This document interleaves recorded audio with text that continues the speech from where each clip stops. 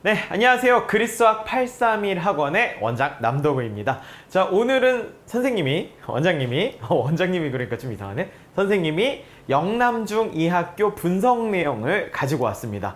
자, 친구들 계속해서 시험 열심히 보고 있죠? 다음 시험에 우리가 이제 대비를 한다면, 이렇게 출제되는 방향이 있으니까 우리가 이런 식으로 공부를 해보자 라고 좀 도움을 드리고자 어쨌든 선생님 분석 내용을 가지고 자리했기 때문에 여러분들 잘 가지고 가시면 될 것 같습니다. 뭐를? 정보를. 자, 그러면은 일단 단원별 분석표부터 보도록 할게요. 단원별 분석표를 보면 상난이도의 문제들은 있지 않은 것을 확인할 수가 있고요. 서술형 파트에서는 중상 난이도 또한 없어요. 이게 무슨 말이냐? 여러분들에게 서술형 파트는 어렵지 않게 출제를 해서 그나마 조금 더 점수를 실수하더라도 점수를 가져갈 수 있게끔, 그러니까 실수를 하더라도가 아니죠. 실수를 하지 않게끔 쉬운 난이도를 내겠다라는 선생님들의 어떤 여러분들을 사랑하는 마음을 이제 전달해주는 그런 문제 출제 방식이었다. 분배였다라고 생각을 해주시면 될 것 같아요. 아래에 있는 시험 정보는 여러분들이 그냥 한 번씩 확인해 보시면 될 것 같고요.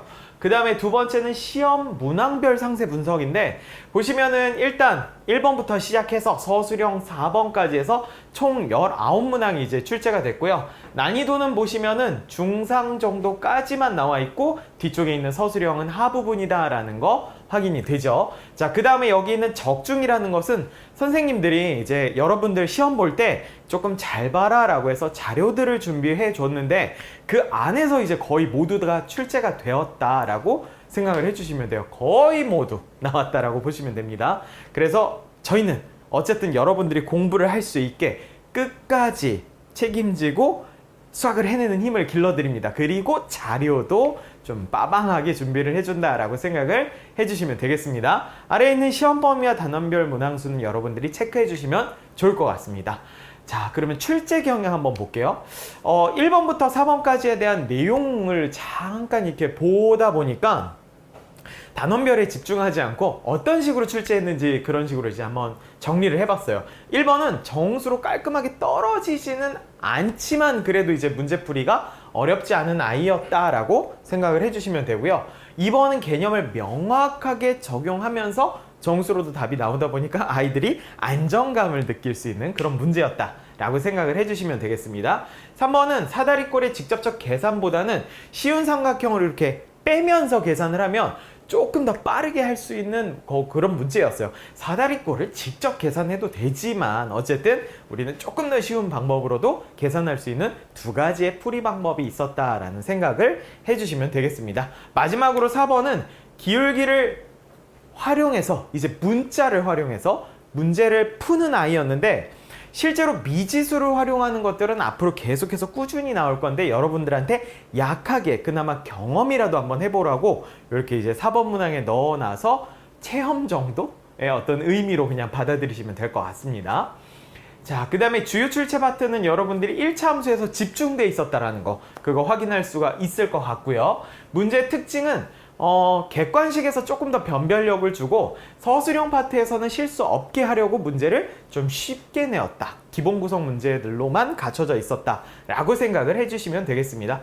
고득점 고난도 문제에서는 객관식 11번만 있었어. 자, 이 문제 같은 경우에는 AB의 어떤 부호를 활용해서 1차 함수에 대한 거를 구성시켜 나가는 그런 형식의 문제였고, 어쨌든 여러 가지 통합된 개념으로 이제 문제가 출제가 되다 보니까 여러분들이 개념 하나를 모두 다 잘 알고 있으면 푸는 게 아니에요. 이런 것들은 꾸준히 연습을 함으로써 여러분들이 어떤 걸 이렇게 통합된 문제들을 연습함으로써 이런 문제가 나왔을 때 쓱 한 번에 볼 수 있는 어떤 통찰력 같은 것들이 길러져야지만 문제풀이 하는데 도움이 된다라고 생각을 해주시면 되겠습니다.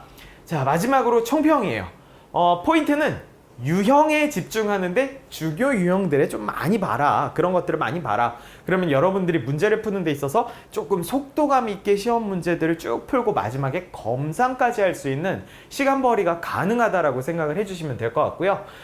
앞으로 공부를 이제 우리가 한다면 방향성은 이렇게 한번 이야기 적어놔 봤어요. 서술형 풀이를 위해서는 개념의 정확한 어떤 학습과 정확한 풀이 연습을 좀 해줘야 된다라는 생각 가지고 가시면 좋을 것 같고요. 시간이 부족하다면 일단은 여러분들 서술형부터 접근을 해보세요. 왜냐면은 개념 부분에서 뒤쪽이 어렵다 보니까 서술형 부분을 먼저 하고 개념 부분에 뒤에 있는 거 조금 어려운 것도 챙기겠다라고 생각하시면 여러분들이 그나마 이제 고득점을 가져갈 수 있는 그런 시험 아니면 약간 좀 전략적인 시험에 응하는 자세라고 말씀드릴 수가 있을 것 같습니다.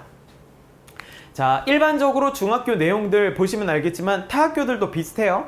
객관식을 조금 더 변별력이 있게 내지만 난이도는 조금씩 달라요, 학교별로. 근데 우리 학교는 조금 쉬웠다. 그 다음에 서술형은 개념을 통해서 정확한 이해를 통해서 문제를 풀 수 있게끔 내는데 어렵지는 않다라는 거 참고하신 다음에 다음 시험 준비를 해주신다면 분명히 도움이 될 거다라고 생각이 듭니다. 자, 그러면 남은 시험이 있는 분들은 열심히 또 보시면 될 것 같고요. 준비 잘해서. 그 다음에 시험 끝난 분들은 어쨌든 홀가분한 마음으로 다음 시험을 오늘 분석한 내용과 함께 준비해 주시면 되겠습니다. 자, 그러면 수고들 하셨습니다.